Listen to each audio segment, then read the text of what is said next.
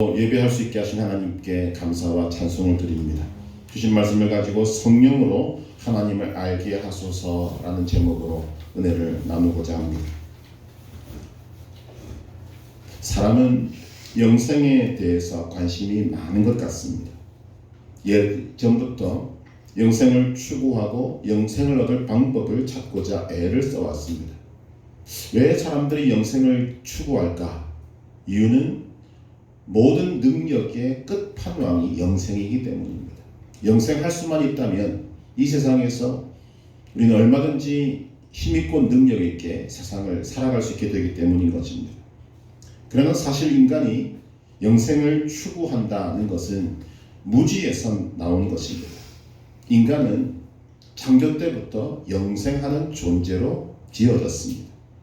문제가 있다면 어디서 영생하느냐 하는 것입니다. 천국에서 영생할 것인가, 지옥에서 영생할 것인가, 이것이 문제지 인간은 한 사람도 영생하지 않는 인생은 없는 것입니다. 어쨌든 이 영생이라는 것은 에덴 동산에서부터 죄를 지으면서까지 하나님처럼 되고 싶었던 인간의 욕망이 오늘까지 내려온 것이라고도 볼 수 있습니다. 그런데 열심히 노력하고 찾았지만 영생을 얻을 방법을 인간은 찾아내지 못했습니다. 그런데 하나님은 성경을 통해서 우리에게 영생이 있다고 말씀하시고, 그리고 영생을 얻을 방법도 있다고 하시는데 그 방법이 우리의 머리로는 이해가 안 되는 것입니다. 요한복음 17장 3절을 보면 이렇게 기록합니다. 영생은 곧 유일하신 참 하나님과 그가 보내신 자 예수 그리스도를 아는 것이니이다. 아주 중요하기 때문에 제가 다시 한번 읽어드리겠습니다. 영생은 곧 유일하신 참 하나님과 그가 보내신 자 예수 그리스도를 아는 것이니이다. 전체적으로 보면 하나님과의 바른 관계가 영생이라는 뜻입니다. 즉 영생의 근원은 하나님이시고 하나님과 바른 관계를 맺어야만 영생을 얻는다는 것입니다. 그런데 그 영생을 얻는 방법으로 제시하고 있는 것이 안다라는 것입니다. 여기서 안다라는 것은 두 가지 의미를 가는데, 구원적인 입장에서 보면 첫째는 예수 그리스도를 알므로 영생을 얻는다는 뜻입니다. 즉 예수 그리스도를 알므로 구원을 얻는다. 신앙의 출발이 예수님을 아는 것, 하나님을 아는 것으로부터 출발한다는 것입니다. 두 번째 의미는 무엇인가 하면 영원토록 예수 그리스도를 알아가는 것을 말합니다. 영원토록 하나님을 아는 것을 말합니다. 시간적으로 보면 죽음 이후 천국에서는 영원토록, 그리고 아무런 방해 없이 하나님을 알아가는 것이기 때문에 그것은 놔두고라도, 그렇다면 신앙은 언제나 이 땅에서 내 생명이 있는 동안에 얼마나 하나님을 아는가, 여기에 달려있다는 것입니다. 우리가 이 땅에서 가장 열심을 다하고 가장 초점을 맞춰야 하고 가장 잘 가야 되는 것이 어딘가, 엉뚱한 데서 찾을 것이 아니라 하나님을 아는 것에서부터 찾아야 한다는 것입니다. 자, 하나님을 아는 것으로부터 신앙이 시작된다면 그 다음으로 중요한 것이 무엇인가 하면 자라는 것입니다. 죽는 날까지 하나님을 아는 것에 자라가야 한다는 것이 중요합니다. 이 방금 읽어드린 요한복음 17장 3절에서 아는 것, 이 안다라고 하는 단어는 헬라어로 기노스코라고 말하는데, 이것은 그냥 단순히 책을 읽어서 아는 것이 아닙니다. 지식적으로 아는 것이 아닙니다. 체험적으로 아는 것입니다. 구약의 야다라는 것과 같은 의미를 담습니다. 야다라는 뜻은 손바닥을 보듯이 안다는 뜻인데, 머리로만 아는 것이 아니라 가슴으로 알고 체험적으로 아는 것을 말하는 것입니다. 즉 영생이 하나님과 예수 그리스도를 아는 것이라고 할 때는 예수 그리스도에 대해서 아는 것이 아닙니다. 예수 그리스도를 아는 것입니다. 인격적으로 예수님을 알 때 우리는 영생이다라고 말하는 것입니다. 지식과 경험을 통해서 깊이 아는 것입니다. 그래서 가장 잘 표현한 것이 무엇인가 하면 예수님은 우리의 신랑이시요 우리는 예수님의 신부라고 하는 것입니다. 결혼이 신앙의 출발이라면 결혼 후 서로를 깊이 알아가는 그 모든 과정이 바로 오늘 우리의 신앙 생활인 것입니다. 그래서 하나님을 아는 것이 영생이고 또한 구원을 얻는 것이 신앙의 시작이라고 한다면 그 다음으로는 잘하는 것이 중요하다고 했습니다. 그래서 성경은 이 구원을 출생과 비교하고 있는 것입니다. 요한복음 3장을 보게 되면 유대 관원인 니고데모가 밤중에 예수님을 찾아옵니다. 그리고 묻습니다. 내가 무엇을 하여야 영생을 얻겠습니까? 그 물음에 대한 대답을 예수님께서 거듭나지 아니하면 이라는 말로 구원과 하나님 나라를 말씀하십니다. 거듭난다, 즉 다시 태어난다는 것입니다. 결국 다시 태어나는 것이 중요하다. 그렇다면 이것이 출생이라면 태어난 이후에 자라는 것 또한 중요하다는 것입니다. 그래서 성경은 자라는 것에 대한 말씀들이 참 많이 있습니다. 그 중에 두 가지만 말씀을 드리면 에베소서 4장 13절 우리가 다 하나님의 아들을 믿는 것과 아는 일에 하나가 되어 온전한 사람을 이루어 그리스도의 장성한 분량이 충만한 때까지 이르리니. 고린도전서 3장 1절 2절은 말합니다. 형제들아 내가 신령한 자들을 대함과 같이 너희에게 말할 수 없어서 육신에 속한 자 곧 그리스도 안에서 어린 아이들을 대함과 같이 하노라. 내가 너희를 젖으로 먹이고 밥으로 아니하였노니 이는 너희가 감당하지 못하였음이거니와 지금도 못하리. 성경은 끊임없이 구원 이후의 자랑, 하나님을 알아감에 대해서 말씀하고 있는데 솔직히 우리는 이 믿음의 성장, 하나님을 알아가는 것에 대해서 별로 관심이 없습니다. 내가 언제 구원받았는가, 구원의 확신, 즉 출생만 강조하지 그 다음에 반드시 나타나야 할 성장의 변화, 성장, 성숙에 대해서는 별로 관심이 없고 나와는 상관이 없는 것으로 여길 때가 참 많은 것입니다. 그러다 보니까 성경을 말씀의 원래 뜻이 아닌 자기의 생각대로 해석하려는 경향이 두드러지고 있습니다. 대표적인 말씀이 이런 말씀이 있습니다. 요한계시록 3장 20절에 보면 이런 말씀입니다. 볼지어다 내가 문 밖에 서서 두드리노니 누구든지 내 음성을 듣고 문을 열면 내가 그에게로 들어가 그와 더불어 먹고 그는 나와 더불어 먹으리라. 자, 여러분 이 말씀을 들으면 어떤 생각이 드십니까? 아, 전도에 관한 말씀이구나 라고 생각하는 분들이 훨씬 많을 것입니다. 예수님을 향해 마음문을 열면 예수님께서 당신의 심령에 들어가십니다. 이를 통해서 구원을 얻습니다. 조금 더 틀림없는 것 같습니다. 물론 이 말씀이 전도에 쓰지 말라는 말씀은 아닙니다. 얼마든지 쓸 수 있습니다. 그러나 기본적으로는 이 말씀은 안 믿는 자들을 대상으로 하는 것이 아니라 믿는 자들을 대상으로 하는 것입니다. 요한계시록 3장 20절이 어디를 바탕으로 하고 있는가 하면 라오디게아 교회에 보낸 편지 가운데 있는 것입니다. 그래서 요한계시록 3장 22절은 이렇게 말합니다. 귀 있는 자는 성령이 교회들에게 하시는 말씀을 들을지어다. 여러분 이 말씀은 불신자들을 대상으로 하는 첫 번째 말씀이 아닙니다. 첫 번째로는 믿는 자들, 하나님을 믿는 자들을 대상으로 말씀하고 있습니다. 그런데 그들을 향해서 어떤 말씀을 하시는가? 마음문을 열라고 하십니다. 참 이 부분을 우리가 이해를 해야만 합니다.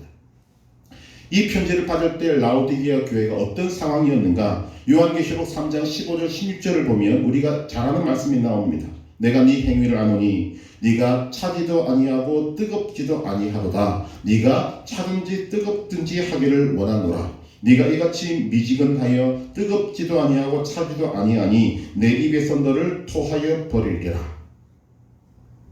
자, 지금 라오디게아 교회 성도들에게 편지를 보내고 있습니다. 그런데 그들의 형편이 차지도 않고 뜨겁지도 않다. 이 말을 우리식으로 해석하면 이런 것입니다. 분명히 교회에 속해 있고 예수님을 믿는다고 서 있는데 하나님 보시기에 신자인 것처럼 보이기도 하고 불신자인 것처럼 보이기도 한다. 그 말입니다. 교회 성도들이라고 한다면 예수 그리스도를 모르는 사람들이 아닙니다. 이 편지를 받는 수신자가 예수님을 믿는 자들의 모임인 교회인 것은 분명합니다. 그런데 예수님을 믿는다고 하면서도 주를 믿지 않습니다. 이 말은 그들에게 구원이 없다는 뜻이 아니라 하나님을 믿는데 예수님을 믿는데 예수님이 아직 그들의 삶에 진정한 주인이 되어 있지 않다는 것입니다. 그 주님이 주님을 믿는다는 사람을 문 밖에 있어서 지금 문을 두드리고 있다고 합니다. 즉 무슨 말인가 하면 주님을 믿는다고 하면서도 삶의 주인은 언제나 자기 자신, 주님이 내 집으로, 내 심령의 집 안으로 들어오셔서 안방에, 가장 깊숙한 안방에 계셔도 지금 우리의 삶이 이 땅에서 제대로 된 삶을 살기가 어려울 지경인데, 그 주님이 안방은커녕 문 밖에 서서 문을 두드리고 계신다는 것입니다. 그러니 문을 열라고 하는 것입니다. 오늘 본문에 나오는 에베소 교회를 향한 바울의 기도도 사실은 같은 의미입니다. 에베소 교회 성도들은 분명히 주님을 믿고 있습니다. 그것도 아주 어려운 상황 속에서도 믿음을 저버리지 않고 믿고 있습니다. 심지어 어떤 건가? 에베소서 1장 15절 말씀을 보면 이렇게 말합니다. 이로 말미암아 주 예수 안에서 너희 믿음과 모든 성도를 향한 사랑을 나도 듣고. 자, 에베소 교회 성도들이 어떤 상황인가? 예수님을 믿습니다. 성도가 되었습니다. 거기서 끝나는 것이 아니라 하나님의 은혜로 받은 하나님의 사랑을 지금 이웃들과 나누고 있습니다. 에베소 교회가 여러분 예수님을 믿기 좋은 형편이 있었던 것이 아닌 것을 다 알고 있습니다. 그런데 그들은 그런 사랑을 나눌 만한 지경이 있는데, 이런 에베소 교회를 향해서 바울은 어떤 기도를 드리고 있는가? 하나님을 알게 하옵소서. 이상하지 않습니까? 똑같은 내용입니다. 하나님을 알게 하시고, 이것은 성도들이 주님을 믿고 있는데도 주님께서는 그들의 문 밖에 계실 수 있다는 것입니다. 또는 주님이 내 안에 들어오기는 하셨는데 아직도 문지방을 넘지 못하고 거실도 계시지 못하고 안방은커녕 그냥 저 바깥에 사랑방에 계시는 그런 정도의 모습으로 에베소 교회뿐만 아니라 오늘 이 시대에 많은 그리스도인들이 그런 삶을 살고 있다는 것입니다. 거기에 대해서 지금 바울이 해결책으로 내놓는 것이 바로 하나님을 알게 하시고 라는 것입니다. 하나님을 알아야 합니다. 이 라오디게아 교회와 에베소 교회 성도들의 형편을 우리가 좀 미루어 볼 때 결국 우리가 지금 나아가고 있는 신앙이란 과연 무엇인가 라고 이야기할 때, 신앙이란 누가 주인인가의 싸움이에요. 나는 믿는다고 하고 있는데 과연 내가 믿는 그 하나님이, 그 예수님이, 주님이 내 인생의 주인이 되어 있는가? 신앙은 누가 주인인가의 싸움입니다.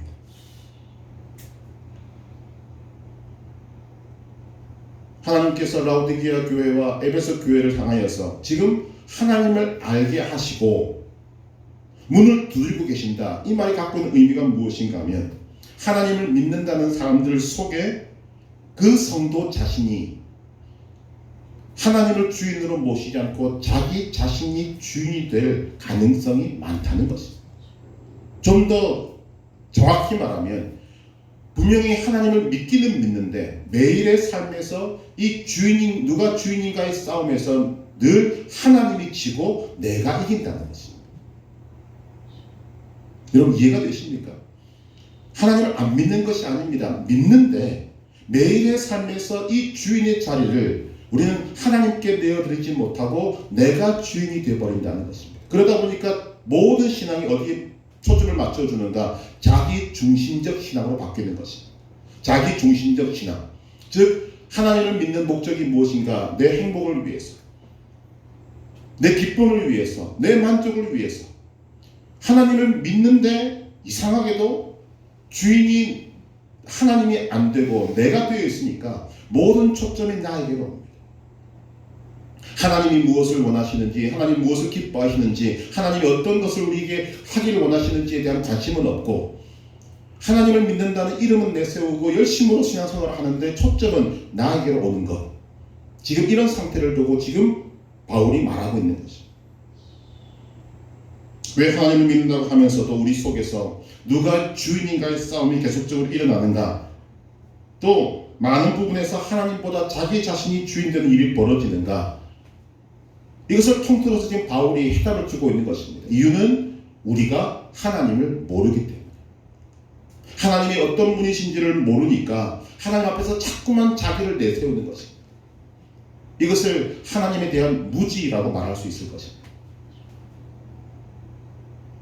여러분, 하나님 앞에서 나를 내세우는 것이 얼마나 하나님을 모르는 행위고 무지한 것인가를 보여주는 예가 출애굽기에 기록되고 있습니다. 출애굽기 20장 18절에서 19절을 보면 이렇게 기록됩니다.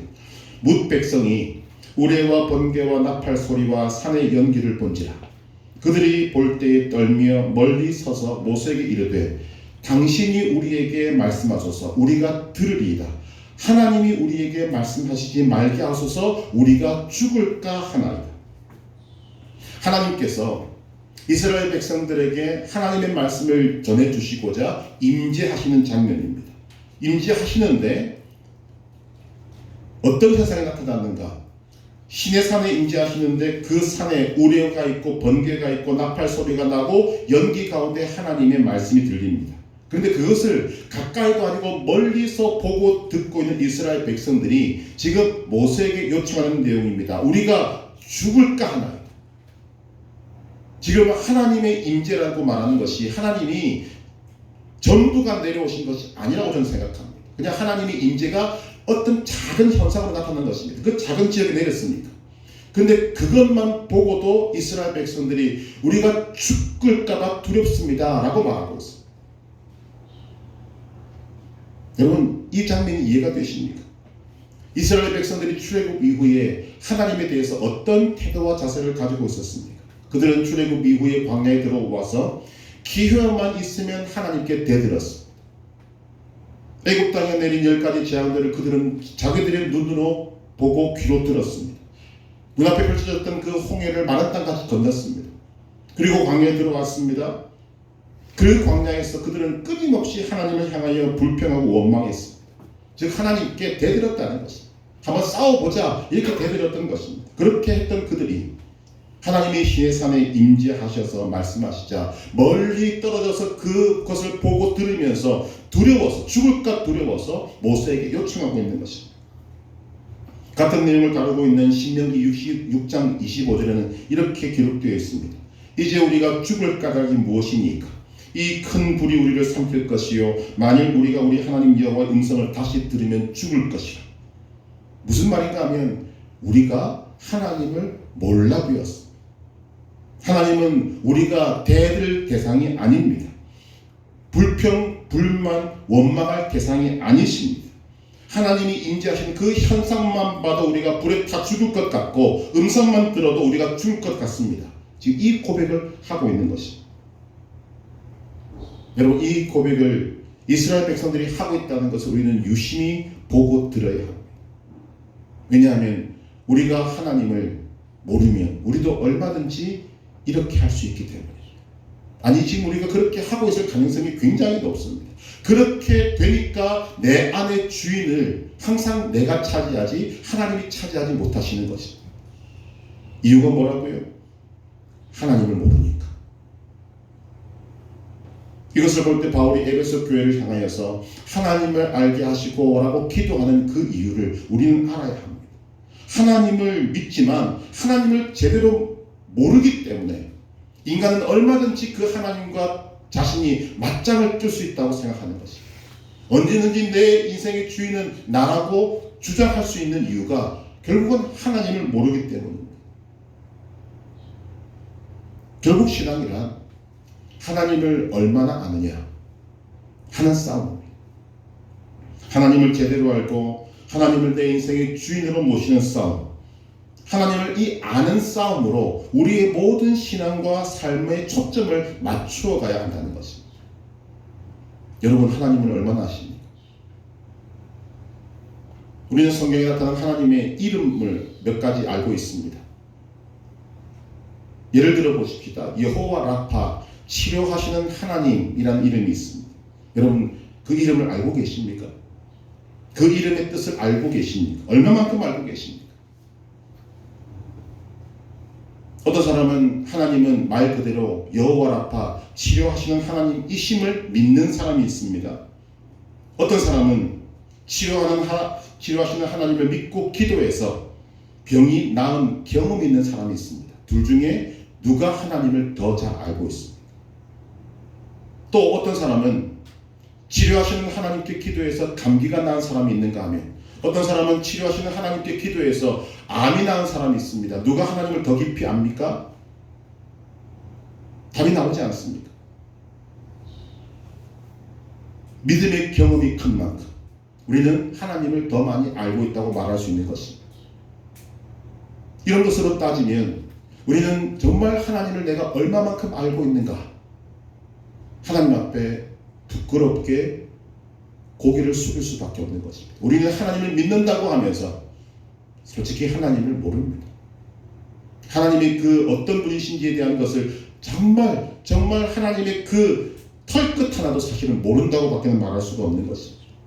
성경에 얼마나 많은 수많은 하나님 이름이 있습니까? 여호와 니시, 승리의 깃발 되신 하나님, 여호와 이레 준비하시 해주신 하나님, 여호와 카데시 영광의 하나님, 이런 하나님의 이름들을 줄줄이 알 수는 있지만 정말 그 하나님의 그 이름 앞에서 우리가 정말 머리를 수그리고 정말 주님은 이런 분이십니다 라는 고백을 할 수 있을 만큼 주님을 깊이 알고 있는가?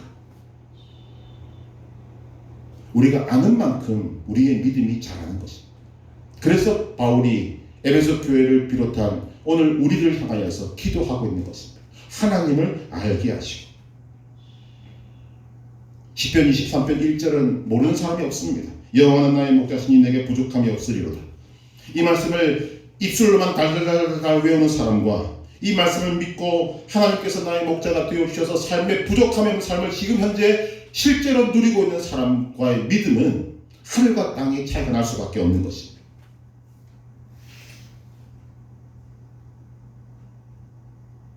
제법 오래되었다고 생각이 되지만 사람들에게 우울증과 공황장애가 나타나는 것이 사실은 오래되었습니다. 이것 때문에 힘들어하는 사람들이 참 많습니다. 놀라운 것은 하나님을 믿는 사람 중에도 우울증과 공황장애 이런 것들 때문에 힘들어하는 사람들이 많다는 것을 듣습니다. 솔직히 저는 이해가 안 됩니다. 하나님을 믿는데 우울증에 걸리고 하나님을 믿는데 공황장애다. 이런 현상들이 오는 이유가 무엇일까? 저는 하나님을 그들이 모르기 때문에. 여러분 정말 하나님은 나의 목자이심을 믿고 계십니까? 그렇다면 이 시편 23편 4절 5절에 내가 사망의 음침한 골짜기로 다닐지라도 해를 두려워하지 않을 것은 주께서 나와 함께 하시며 주의 지팡이와 막대기가 나를 안위하시나이다. 주께서 내 원수의 목전에서 내게 상을 베푸시고 차려주시고 기름을 내 머리에 바르셨으니 내 잔이 넘치나이다. 이 말씀을 이해 못합니다. 정말 여호와가 나의 목자가 아닌 사람들은 이 말씀을 결코 이해할 수 없습니다. 자, 사람들이 우울증에 왜 걸리고 공황장애에 왜 걸립니까? 이 세상에서 스트레스를 많이 받고 외로워하고 두려움에 휩싸기 때문 아니겠습니까?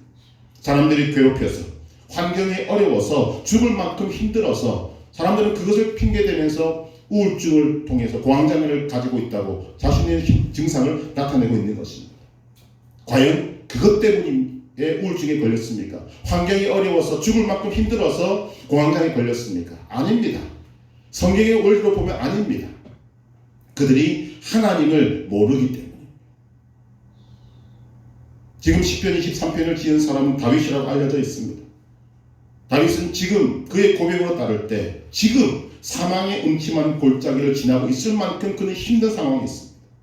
그는 10년이 넘도록 사울왕과 그의 군사들에게 쫓겨다녔습니다. 다윗을 죽이기까지는 음식도 먹지 않고 달려들겠다는 그런 사람들이 몇천 명이나 있는 그런 세월을 보내고 있습니다. 얼마나 불안하고 얼마나 두렵겠습니까? 정말 인간적인 표현으로는 미치고 환장하고 팔짝 뛸 만한 그런 상황입니다. 그러나 이런 상황 속에서 다윗은 우울증에 걸리지 않습니다. 공황장애 비슷한 것에도 걸리지 않습니다. 오히려 그는 고백합니다. 여호와가 나의 목자시니 내게 부족함이 없습니다. 사망의 음침한 골짜기로 다닐지라도 주의 지팡이와 막대기가 나를 지켜주시니 나는 불안하지 않습니다. 두려워하지 않습니다. 라고 고백합니다. 왜냐하면 그는 여호와는 나의 목자이신 하나님을 분명히 알았고 믿었기 때문입니다. 하나님을 깊이 알았기 때문입니다. 그냥 여호와는 나의 목자시니 남들 듣기 좋으라고 그냥 소리 지른 것이 아닙니다. 실제로 하나님이 나의 목자이심을 그는 알았고 분명히 믿었습니다. 이런 말씀들을 통해서 우리가 깨닫는 것이 무엇인가? 여러분, 환경이 문제가 아닙니다. 우리에게 지금 다가와 있는 고통도 고난도 문제가 아닙니다. 무엇이 문제인가? 내가 하나님을 아느냐, 하나님을 모르느냐, 이 문제가 우리에게 가장 큰 문제인 것입니다.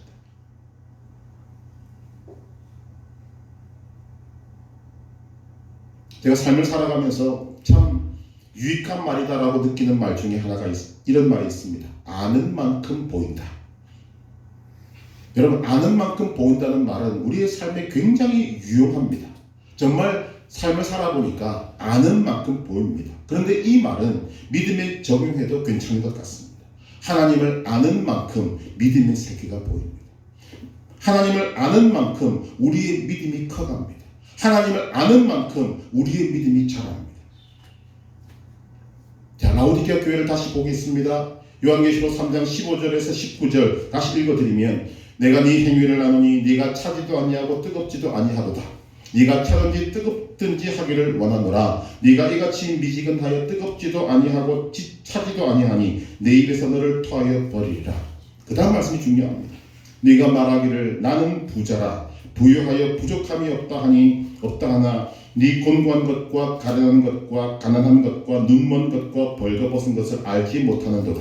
내가 너를 권하노니 내게서 불로 연단한 금을 사서 부유하게 하고 흰옷을 사서 입어 벌거벗은 수치를 보이지 않게 하고 안약을 사서 눈에 발라 보게 하라. 물은 내가 사랑하는 자를 책망하여 징계하노니 그러므로 네가 열심을 내라 회개하라.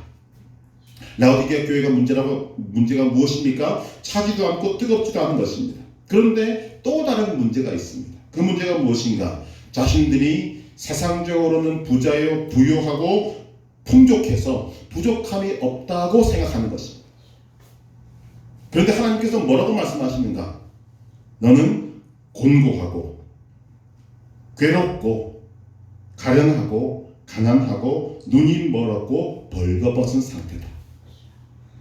여러분, 이 말을 우리가 좀 깊이 생각하셔야 합니다.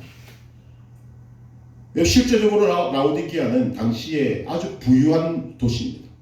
거기 있는 사람들도 대부분 다 부유했습니다. 그들이 그렇게 자부심을 가질만 합니다. 그러나 하나님께서는 무엇을 보시고 너희는 곤고하고 너희는 가련하고 가난하고 눈이 멀었고 벌거벗은 상태이냐? 이유는 그들의 심령 속에 하나님으로 채워지지 않았기 때문에. 여러분, 세상적으로 아무리 좋은 집에 살고 좋은 차를 타고 좋은 음식을 먹는다 하더라도 그 속이 하나님으로 채워지지 않은 사람은 영적으로 가난한 사람입니다. 곤고한 사람입니다. 눈이 먼 사람이고 벌거벗은 상태입니다. 이들은 끊임없이 이 환경에 따라 좌지우지되고 늘 불안하고 두려운 삶을 살아갈 수밖에 없는 그런 존재인 것입니다. 오늘 하나님이 지적하신 이들의 상태, 이 상태는 두 가지의 상태를 말하고 있습니다. 하나는 그들이 하나님을 모르기 때문에 일어난 현상입니다. 하나님으로 채워지지 않기 때문입니다. 또한 두 번째 모습은 하나님을 모르니 그들의 믿음이 약한 상태를 말합니다.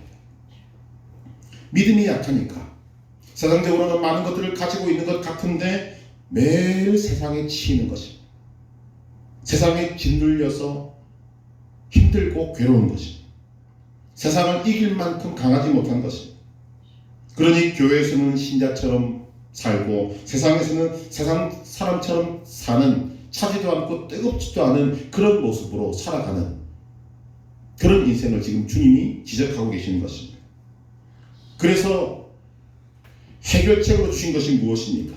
불로 연단한 금을 사서 부유하게 하고 흰옷을 사서 벌거벗은 수치를 보이지 않게 하고 안약을 사서 눈에 발라보게 하라. 여러분, 하나하나 살펴보면 재미있습니다. 불로 연단한 금. 여러분 머릿속에 뭐가 떠오르십니까? 믿음이지 않습니까? 훈련받은 믿음, 연단받은 믿음, 세상을 이길 만큼 강한 믿음, 불로 연단한 금을 사서 부유하게 하라. 믿음이 너희를 부유하게 한다. 흰옷을 사서 입어 벌거벗은 수치를 보이지 않게 하라. 흰옷, 거룩이죠. 성결이죠. 정결이죠. 거룩으로 무장하라. 수치를 가려라. 그 다음 안약을 사서 눈에 발라 보게 하라. 믿음의 눈을 떠서 제대로 보라는 것입니다. 겉모습만 보지 말고 내면을 보라는 것입니다.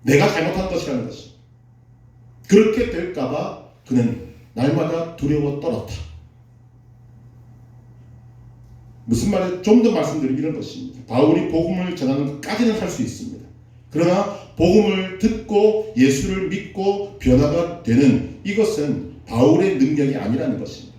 반드시 성령님께서 역사하셔야 될 부분입니다. 복음을 듣는 자들도 마찬가지인데 복음을 자신들의 귀로 들을 수는 있습니다. 바울이 전하니까.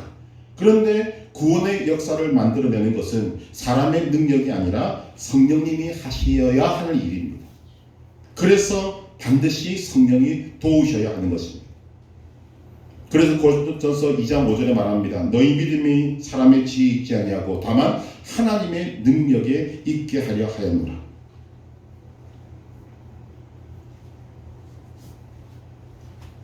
근데 여러분, 사람들은 자신들 안에 복음을 듣고 믿을 수 있는 능력이 있다고 생각합니다.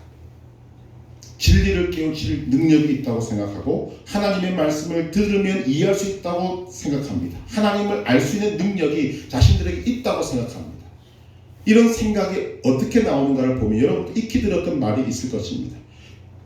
하나님이 살아계신 증거를 보여주시면 하나님을 믿겠습니다. 여러분 들어보셨죠? 내 눈앞에 하나님이 살아계신 기적을 보여주시면 내가 하나님을 믿겠습니다. 많이 듣는 이야기입니다. 예나 지금이나 아마 주님이 다시 오실 때까지 이 말은 계속 나올 것입니다. 여러분 이 말이 갖고 있는 의미가 뭔지 아십니까? 기적을 보여주시면 하나님을 믿겠습니다. 이 말은 나에게는 하나님을 믿을 능력이 있다는 것입니다. 기적을 내 앞에 보여주기만 해보십시오. 그러면 내가 나의 능력으로 내가 하나님을 믿어줄 테니까 내게 기적을 보여주십시오. 여러분 그럴듯하지 않습니다. 그러나 성경은 여기에 대해서 절대적으로 부정합니다. 예를 들어 보십시다. 예수님께서 이 땅에서 사역하시는 동안에 얼마나 많은 기적을 행하셨습니까? 얼마나 많은 병을 고쳐주셨고 얼마나 많은 귀신을 쫓아주셨습니까? 그런데 기적을 경험한 당사자들조차도 100% 예수님을 안 믿었습니다. 만약 예를 들면 10명의 한센병 환자들, 문득병자들 예수님께서 고쳐주셨습니다. 자, 고치면 10명이 다 받았지만 구원은 몇 명 받았습니까? 1명 받았습니다. 고침받은 당사자들도 100% 예수님을 안 믿었는데 그 옆에서 그 기적을 구경한 사람들이 예수님을 믿겠습니까? 믿은 것 같아 보이지만 안 믿었습니다.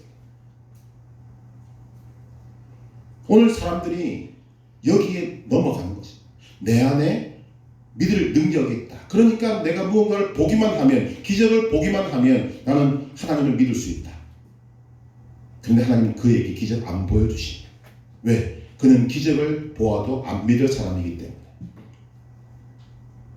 누가복음 16장에 보면 부자와 나사로의 이야기가 나옵니다. 부자는 떵떵거리며 살다가 지옥에 갔고 나사로는 거지로 살다가 천국에 갔습니다. 지옥에 간 부자가 나사로를 안고 있는 아브라함에게 요청합니다. 나사로를 보내주십시오. 내 고향, 친척, 부모 집에 형제들에게 죽은 나사로가 살아나게 해서 좀 보내주시면 그들이 믿지 않겠습니까? 만일 죽은 자에게서 그들에게 가는 자가 있으면 회개하리다. 지옥에 떨어진 자의 모습이 말입니다. 그런데 그 말을 듣고 아브라함이 뭐라고 하고 있습니까? 모세와 선지자들에게 듣지 아니하면 비록 죽은 자 가운데서 살아나는 자가 있을지라도 권함을 받지 아니하리라.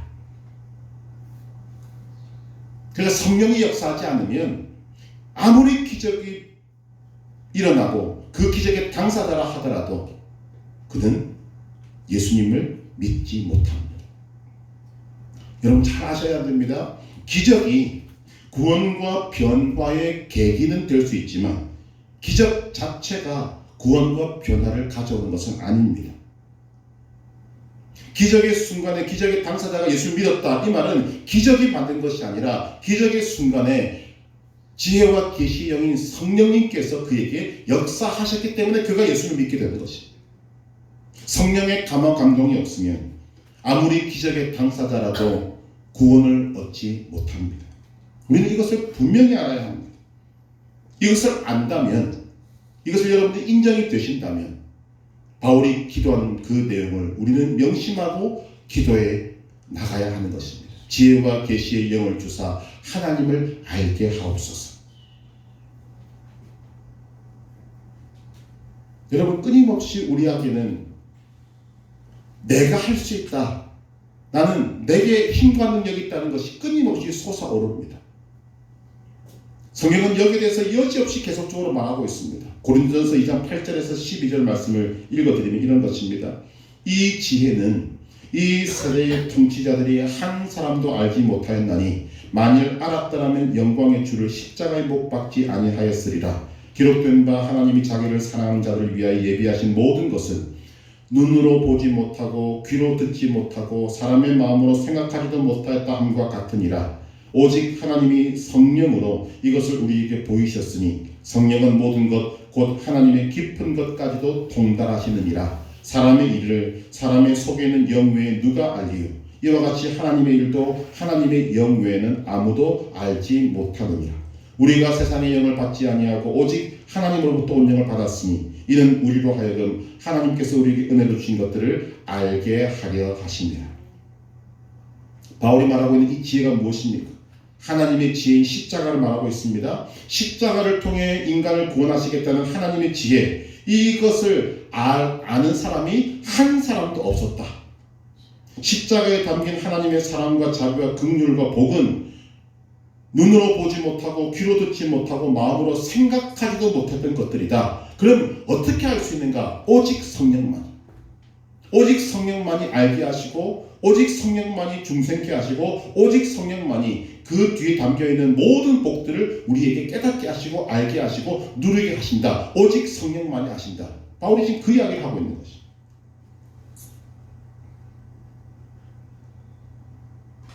하나님께서는 지금도 지혜와 계시의 영인 성령을 통해서 구원의 역사를 일으키고 계십니다.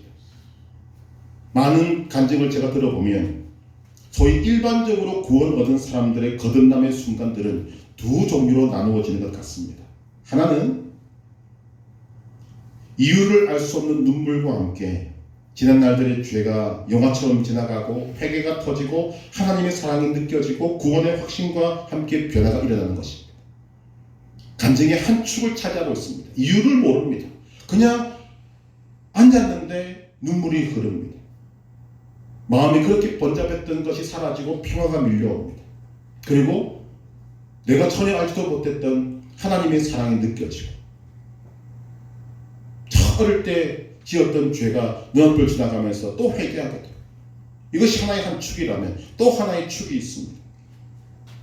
어느 날 말씀 한 구절이 떠오르고 그 말씀이 계속적으로 내 머리에 남아있고 그 말씀이 머리에서 가슴으로 내려오고 그 말씀의 의미가 깨달아지고 그 말씀을 통해서 확신과 변화가 일어나는 일, 이것이 또한 간증의 한 축이라는 것입니다.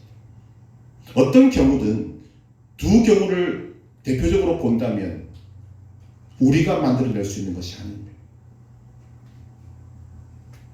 피곤하고 지친 삶을 겨우 살아가고 있는데 어느 날 갑자기 마음이 뜨거워지고 눈물이 나면서 하나님께서 나를 붙들고 계심이 믿어지고 확신을 갖게 되는 일이 일어납니다. 그래서 힘이 나고 용기가 나면서 내게 닥쳐진 그 힘든 일들을 감당하게 되는 일이 일어나게 되더라는 것입니다. 또 삶의 위기가 찾아왔는데 갑자기 말씀 한 구절이 생각나면서 그 말씀이 피가 되고 살이 되고 또한 위기를 이겨낼 힘과 용기를 얻고는 위기를 탈출하게 되더라는 것입니다. 많이 들어본 이야기 아닙니다.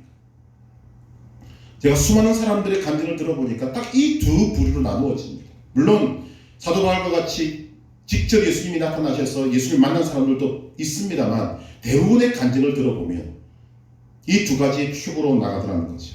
누가 하시는 겁니까? 인간이 할 수 있는 것이 아닙니다. 성령께서만 하실 수 있는 일입니다. 그래서 바울이 기도하는 것입니다. 지혜와 계시 영을 주사 하나님을 알게 하시고. 오늘 우리에게 무엇이 필요합니까? 물론 돈도 필요하고 직업도 필요하고 여러 가지 것들이 필요한 것들이 많이 있지만 우리에게 가장 필요한 것은 하나님을 아는 것이 필요합니다. 하나님을 더 많이 알고 더 깊이 아는 것이 필요합니다. 우리는 이 성령의 역사로 이 성령의 감화 감동하심으로 하나님의 자녀가 된 사람들입니다. 우리는 하나님을 알도록 부름받았다는 것을 기억하시기를 바랍니다. 그래서 호세아는 우리가 여호와를 알자 힘써 여호와를 알자라고 했고, 느헤미야는 여호와를 기뻐하는 것이 너희의 힘이다라고 말했습니다. 하나님을 알아가기를 원합니다. 하나님을 더 많이 더 깊이 알아가기를 원합니다. 하나님을 아는 것이 머리에서 가슴으로, 가슴에서 삶으로 넓혀져서 하나님과 깊은 교제를 나누게 되시기를 바랍니다. 하나님을 아는 것에서 세상이 감당치 못하는 힘과 능력과 지혜가 나오게 되는 것입니다.